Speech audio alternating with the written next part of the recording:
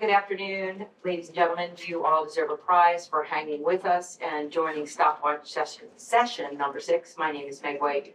I'm going to say as little as possible today, but I will be moderating the session. You all should know the drill. We have 5 presenters. They'll all have 6 minutes, and I will have the unenviable task of keeping time. So without further ado, we will kick it off with Kathy, and she'll get us started. We will have time probably for questions at the end, so I'll be back to sort of moderate that, and I have some help with the microphone as well. So thanks for being here, and over to Kathy. All right, good afternoon. My name is Kathy Austin. I'm the Interim Director for Collection Management and Strategy at Mississippi State University Libraries. And I'm here to talk about changes in collecting, updating the collection development policy in a dynamic environment. So MSU is a public land-grant research university in Starkville, Mississippi, established in 1878. It's classified as an R1 doctoral university, very high research activity, and serves over 22,000 students. Mitchell Memorial Library is the main campus library, but other libraries include the Meridian campus libraries, the College of Veterinary Medicine Library, and the Architecture Libraries in Jackson and on the main campus. Mitchell Memorial Library also houses the Frank and Virginia Williams collection of Lincolniana and the Grant Presidential Library, making it one of only 6 universities to house a presidential library.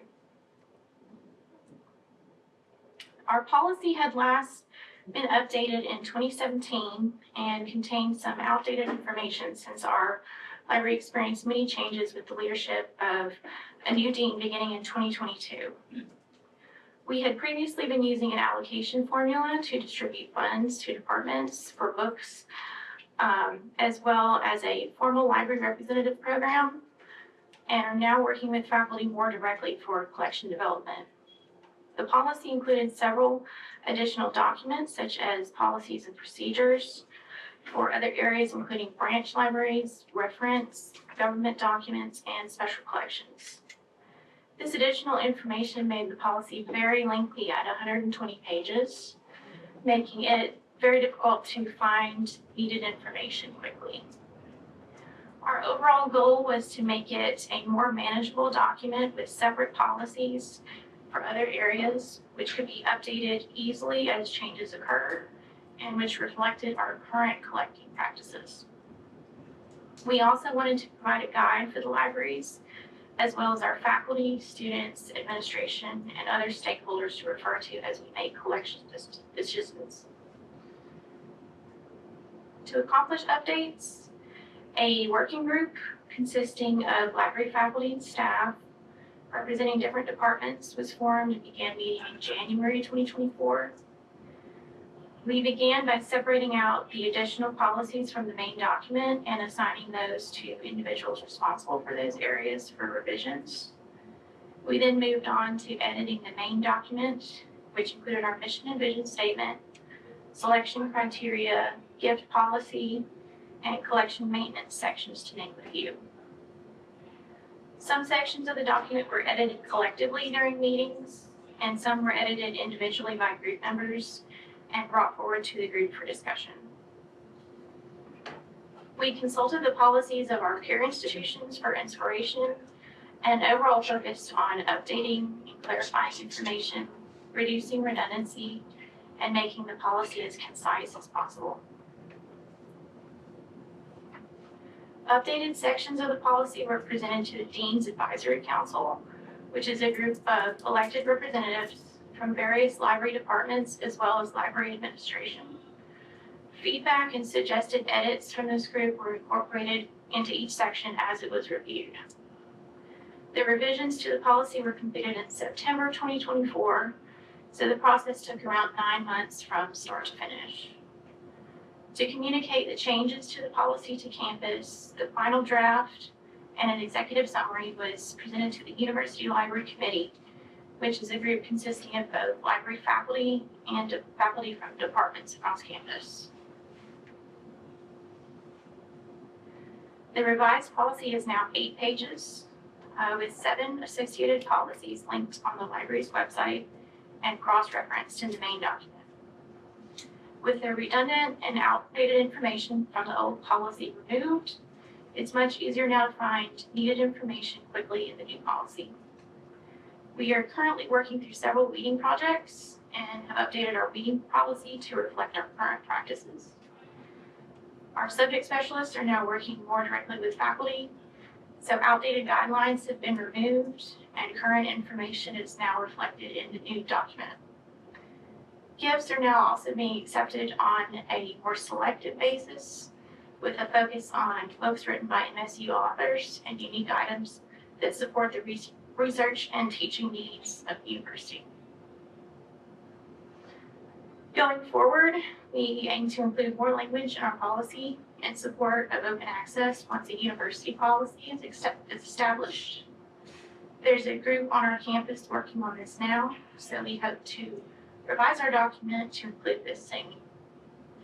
We also plan to review and make regular changes to the document as needed, which will be a much easier process with a shorter document.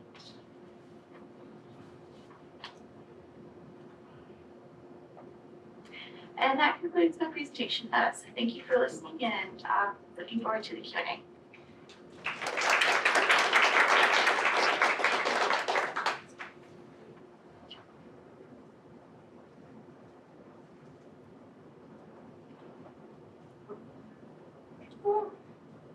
Sorry, I'm gonna try that again.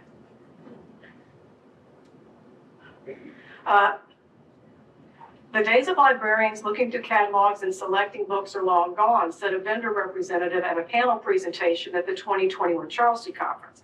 But I still do some of this. It's mostly online catalogs, and I found that faculty expect me to keep up with what's going on in those liaison areas. Phil Goen Towers in 2021 published a book called Liaison Engagement Success, and they interviewed humanities librarians for that chapter. And something that Alexis Pavanik said really resonated with me. She said, I find one key way to engage with faculty is to be an advocate for book in print. And I found that's the way to get to their heart. And once I've done that, they include me in their work and their students' work going forward.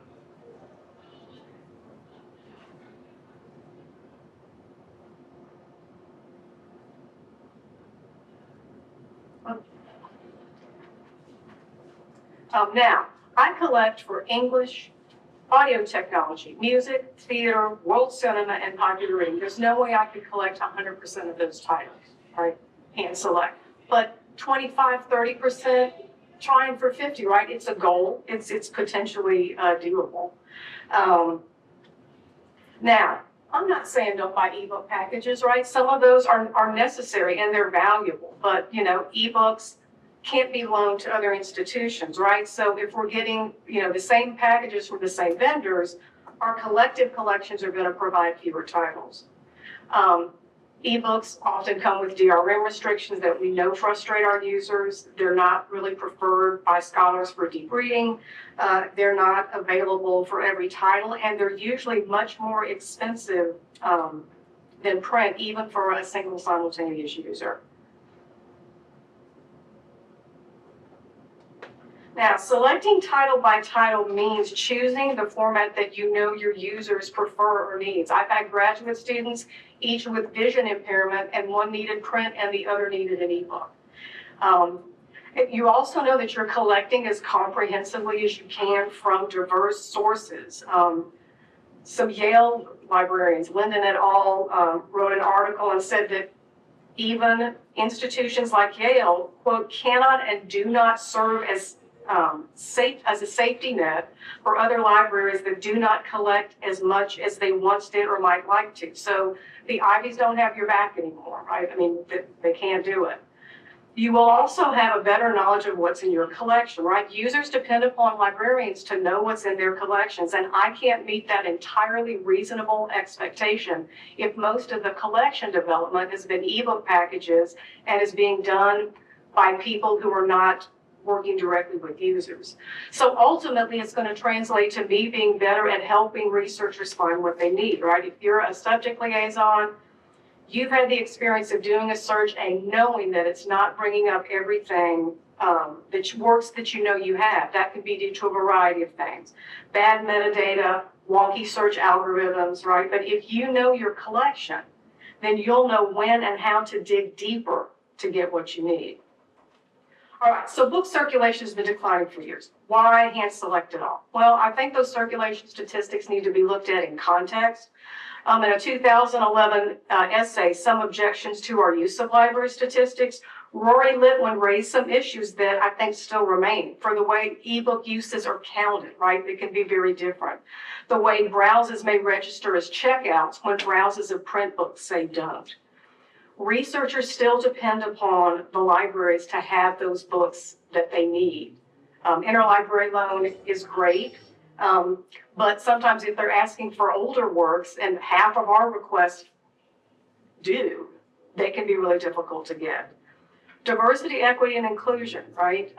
Janka et al. Noted in their article, equating use alone with value, that's going to benefit established fields while marginalizing emerging ones, right? And especially if you're in an academic library that's open to the public, you can collect materials that public libraries and school libraries in some states like South Carolina are forbidden to. It's a problem. We also have, as England and Anderson noted, a mission as a repository of humanities intellectual heritage, right? And if we are all collecting the same ebook packages and print approval plans today, we're not going to have unique collections tomorrow. And also, as Tyler et al. And Kay et al. Noted, librarians do a better job of selecting books that people are going to use than approval plans do. So these are my references. I really recommend that Janka, Tanaka, and Palazzolo article, and I hope I have given you some compelling reasons to do some title-by-title collections. Current and future researchers will thank you. And thank you.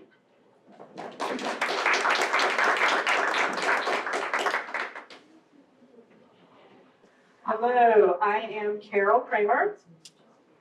I'm Kate Sutton. And I'm Kathy Shields. And we're all from Wake Forest University. So we're here to talk about moving our leisure reading collection partly to online. And I want to give a brief history of leisure reading at Wake Forest. We have a collection that goes back at least to 1960, as evidenced by this article in the student newspaper. And back in 1960, the belief, or perhaps the fantasy, was that students would be checking these books out en masse. By our 1994 collection development policy, we had already recognized that the collection was really mainly for students, faculty, staff, and community members with borrowing cards, and not really so much students. And next slide, please. For each of the past 4 years from our print collection, which you can see a piece of in this photograph, students have only accounted for 15 to 21% of the checkouts in each of those years. So why did we consider going beyond print? So I'm one of the 3 librarians that's responsible for selecting titles for our browsing collection. And while we're certainly still buying print titles, we recognize that it wasn't fully meeting the needs of our users. So first of all, access. Over the past several years, like many people, we've had a number of faculty, staff, and students who are not located physically on our campus due to flexible work arrangements, graduate students who are in online programs. We have a new campus in Charlotte. So that actually, they cannot come into the building physically and check out those materials. We have a great interlibrary loan and document delivery service, but that physical barrier is still very much there. Also in terms of accessibility, so that's been an emphasis on our campus. And while you can buy ebooks and we do accommodations, it's also better if students don't have to ask, right? We have materials that are already accessible to them. And audiobooks, certainly there's accessibility component and also just a preference format as well, of format. So now people just enjoy listening to audiobooks. That's a way for them to consume content in a way that's better for them, enables them to learn or understand better.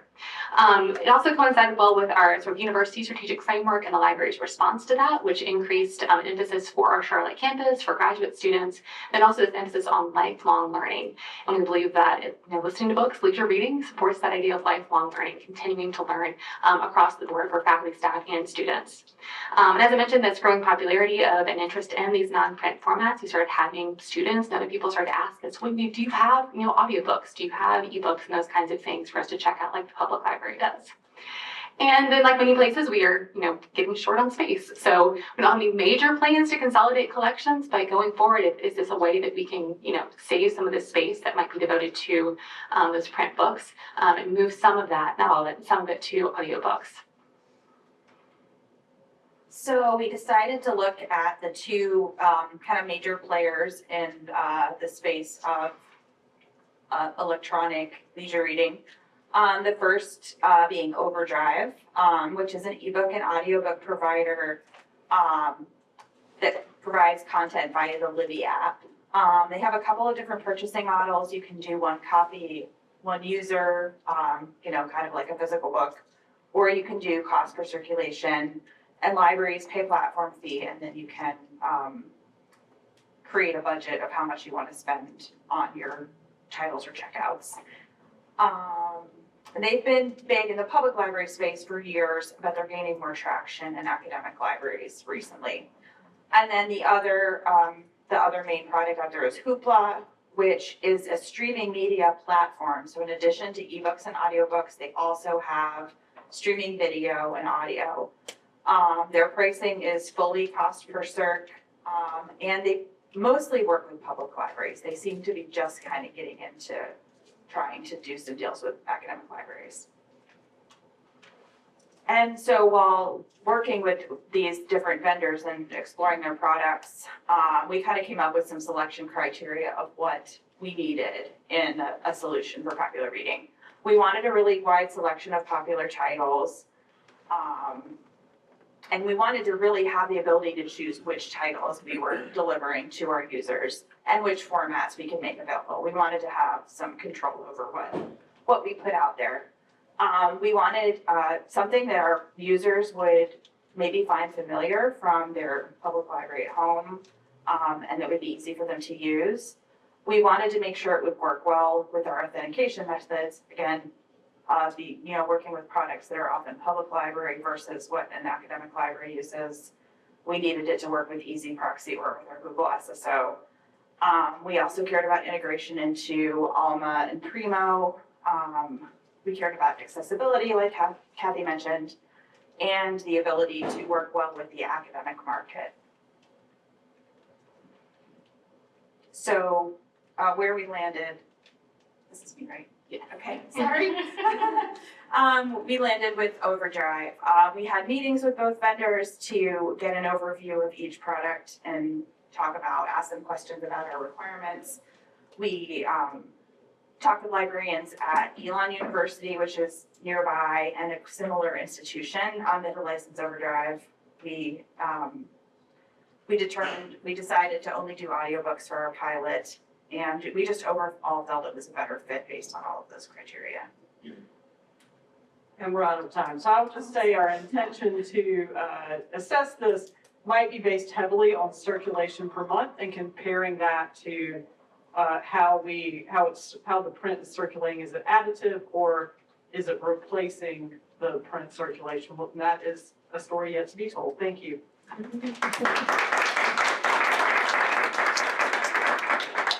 Hi, I'm Karen Schifferdecker. I'm the e-resources librarian at Western Kentucky University.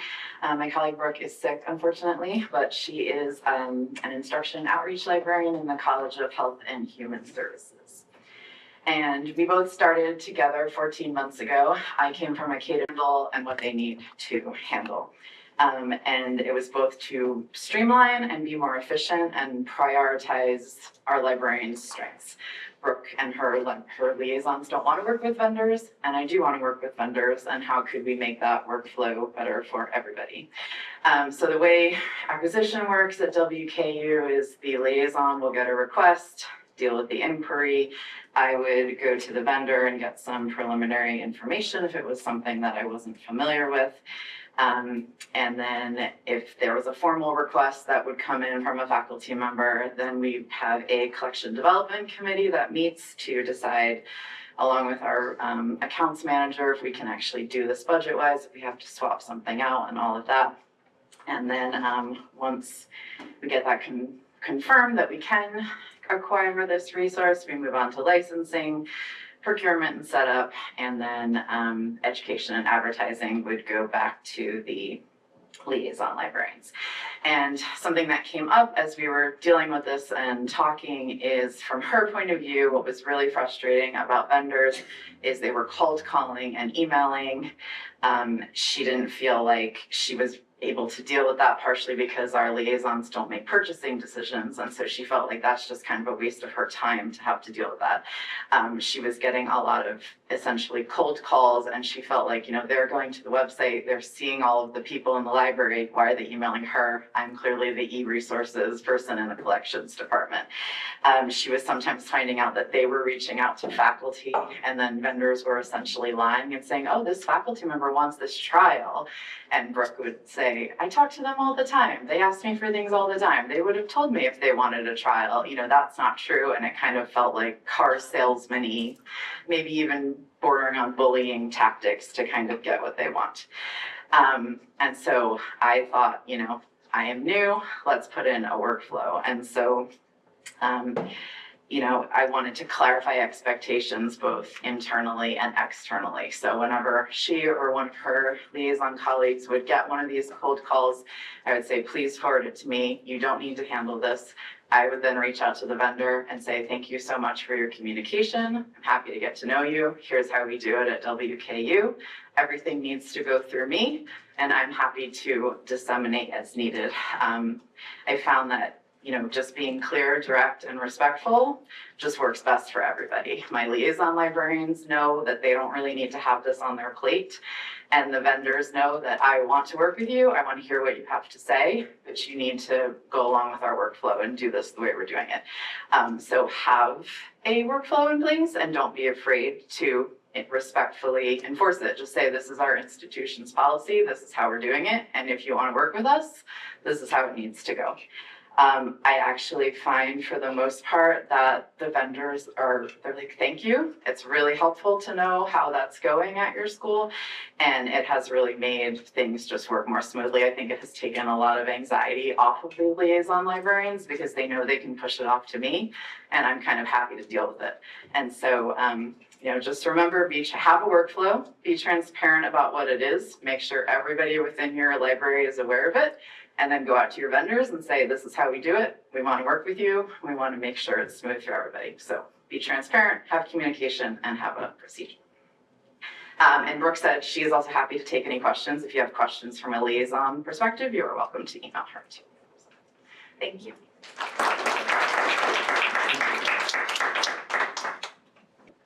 All right.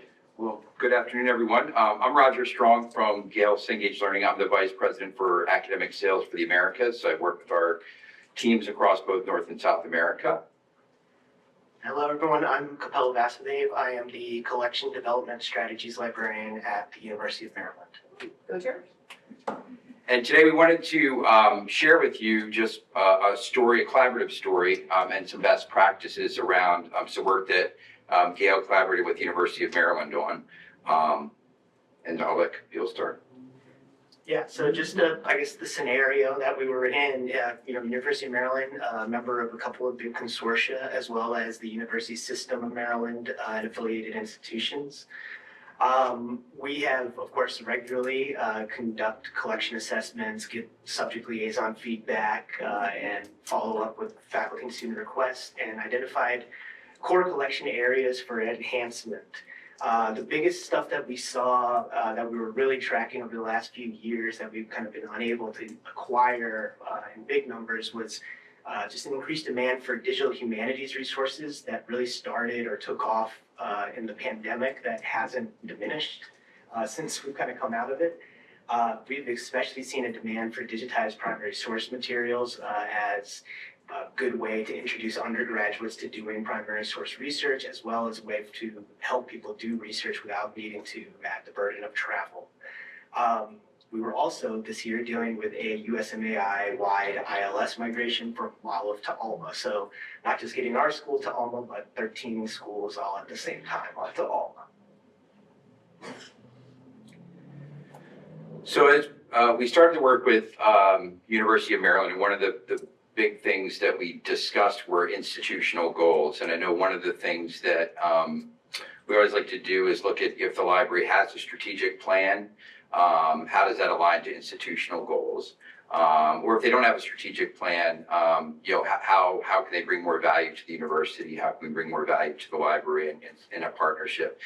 With the University of Maryland, they were also a fairly new member of the Big Ten Academic Alliance, so there were some opportunities to kind of work with them to build that primary source collection.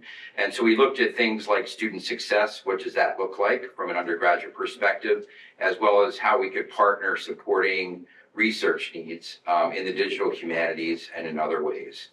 One of the other things is the business model. And I think for any collaborative partnership, I think the vendor and the library have to sort of look at those possibilities around that, right? And we can and be flexible. And so, we have a number of different programs, some that have developed to allow for flexible budgeting models.